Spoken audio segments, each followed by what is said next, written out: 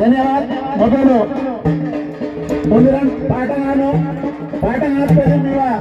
Division committee మండల committee మేము రాజ్యాంగబద్ధంగానే గత 6 సంవత్సరాల నుంచి చట్టబద్ధత లేని లంబాడలు జస్టిస్ కాదు వీళ్ళ వలన మాకు రావాల్సినటువంటి రిజర్వేషన్ ఆదివాసీ సమాజం కోల్పోతున్నది అని చెప్పేసి ఒక రాజ్యాంగబద్ధంగా శాస్త్రీయ పద్ధతిలోనే ఉద్యమానికి పురుడు కట్టినటువంటి సందర్భాన్ని రాష్ట్ర కేంద్ర ప్రభుత్వాలకు తెలుసు.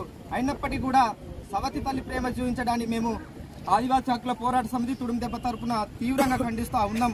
ఏదైతే మా ప్రజాస్వామ్య భారతదేశంలో ఇటు రాజ్యాంగబద్ధంగా ఇటు ప్రజాస్వామ్య పోరాటం చేస్తూనే ప్రజా పోరాటం చేస్తూనే రాజకీయ కోణంలో కూడా ఆలోచిస్తూనే మేము ఈరోజు నిరంతరంగా శాస్త్రీయ పద్ధతిలో మేము ఉద్యమం చేస్తున్నటువంటి సందర్భాన్ని మేము మళ్ళీ గుర్తు చేస్తూ ఉన్నాం. ఏదైతే మొన్న ఉమ్మడి ఆదిలాబాద్ జిల్లా నుంచి పాదయాత్రగా మేము ఏదైతే అమరుడైనటువంటి కొమరం భీం పురుడిగడ్డ జోడేఘాట్ వరకు పాదయాత్రగా వెళ్ళి అక్కడ మేము రాష్ట్ర కమిటీ వారు తీసుకున్నటువంటి నిర్ణయం చలో ఇంద్రవెల్లి డిసెంబర్ 9 ఏదైతే మనం ఇంతకుముందు హైదరాబాద్ సరూర్ నగర్లో మరి ఢిల్లీలో ఆ తర్వాత ఇది 3వసారిగా మేము ఇక్కడ సభ నిర్వహించడం జరుగుతుంది. కాబట్టి కేంద్ర రాష్ట్ర ప్రభుత్వాలకు మేము ఒకటే డిమాండ్ చేస్తూ ఉన్నాం. చూడండి, మా సహనాన్ని మీరు పరిష్కరించుకోవద్దు, మీరు ఆదివాసుల చరిత్ర తిరిగి చూసుకోండి, తెగేంత వరకు మిమ్మల్ని మా సహనాన్ని పరిష్కరించకండి, దేనికైనా మేము తెగిస్తాం, ప్రాణాలైనా అర్పిస్తాం, కానీ మా సమాజం కోసం సేవ చేయడానికి మేము ముందుకు వచ్చినాం.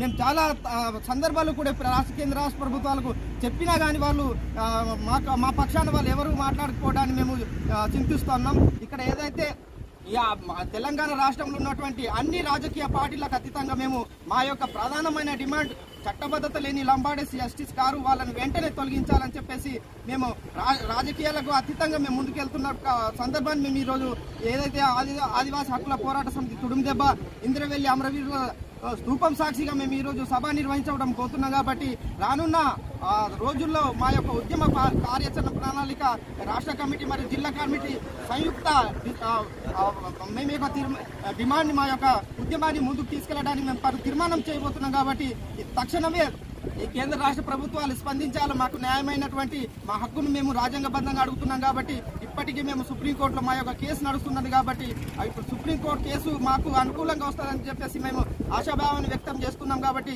చట్టబద్ధత లేని లంబాడీలు ఎస్టీ హోదా నుంచి తొలగిపోయేంత వరకు మేము శాస్త్రీయ పద్ధతిలో రాజ్యాంగబద్ధంగా మేము ఉద్యమాన్ని ముందుకు తీసుకెళ్తామని చెప్పేసి మీడియా ముఖంగా మీ ద్వారా మేము తెలియజేయడం జరుగుతుంది. స్వాతంత్రం వచ్చి 70 సంవత్సరాలు దాటుతున్నప్పటికీ ఆదివాసీ ప్రాంతం ఏజెన్సీ ప్రాంతం మాత్రం అలాగే ఉన్నది. అభివృద్ధికి అమడ దూరంలో ఎవరైతే ఏజెన్సీ ప్రాంతంలో మొత్తం కూడా వలసలు పెరిగి ఈరోజు ఇక్కడ ముఖ్యమైన ఆదివాసులకు చాలా అన్యాయం జరుగుతుంది. గతం నుంచి ఒక 10 సంవత్సరాల నుంచి పోరాటం చేస్తున్నప్పటికీ కేంద్ర రాష్ట్ర ప్రభుత్వాలు మాత్రం నీరెత్తుగా ఉన్నాయి. కాబట్టి ఇదే చెప్తున్నాం ప్రభుత్వాలకి, గతంలో చెప్పినాం మళ్ళా చెప్తున్నాం. ఎందుకంటే ఇన్ని సంవత్సరాలు పాలకులు ఉన్నారు, రాజకీయ నాయకులు అందరు కూడా ఉన్నారు, కానీ అణిచివేతకి మేము గురి అవుతున్నామా.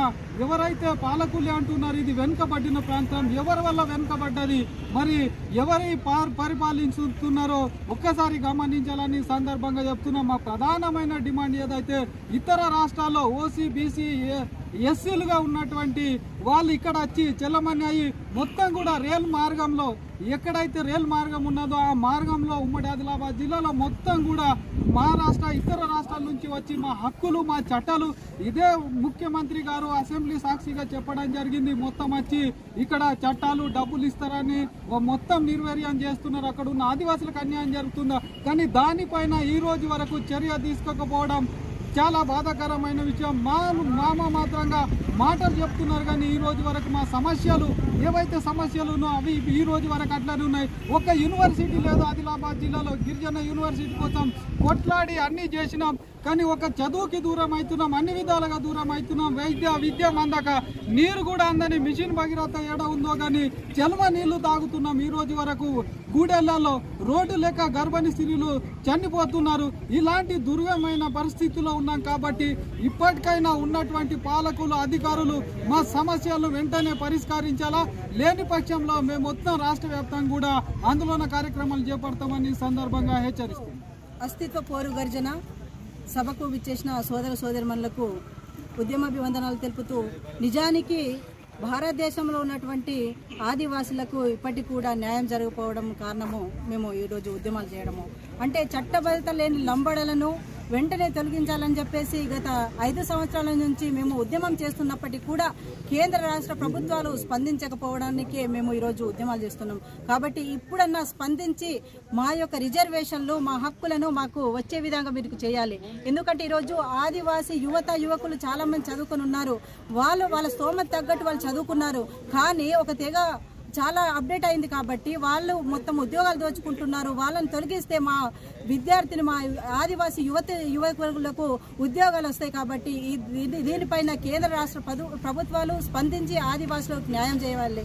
అదేవిధంగా గిరిజన యూనివర్సిటీ ఉమ్మడి ఆదిలాబాద్ జిల్లాలో కేటాయిస్తే, ఇంద్రవెల్లి మనకి ఉట్టూరు కేంద్రంగా కనుక కేటాయిస్తే ఇక్కడ ఉన్నటువంటి దళిత వర్గానికి చెందినటువంటి విద్యార్థులు చదువుకోవడానికి సౌకర్యం ఉంటుంది. కాబట్టి వెంటనే గిరిజన యూనివర్సిటీ కల్పించాలని చెప్పేసి డిమాండ్ చేస్తున్నాం. అదేవిధంగా అనేక సమస్యలు ఉన్నాయి. అనేక సమస్యలపైన స్పందించి ఆదివాసులకు న్యాయం చేయాలని చెప్పేసి విజ్ఞప్తి చేస్తున్నాం.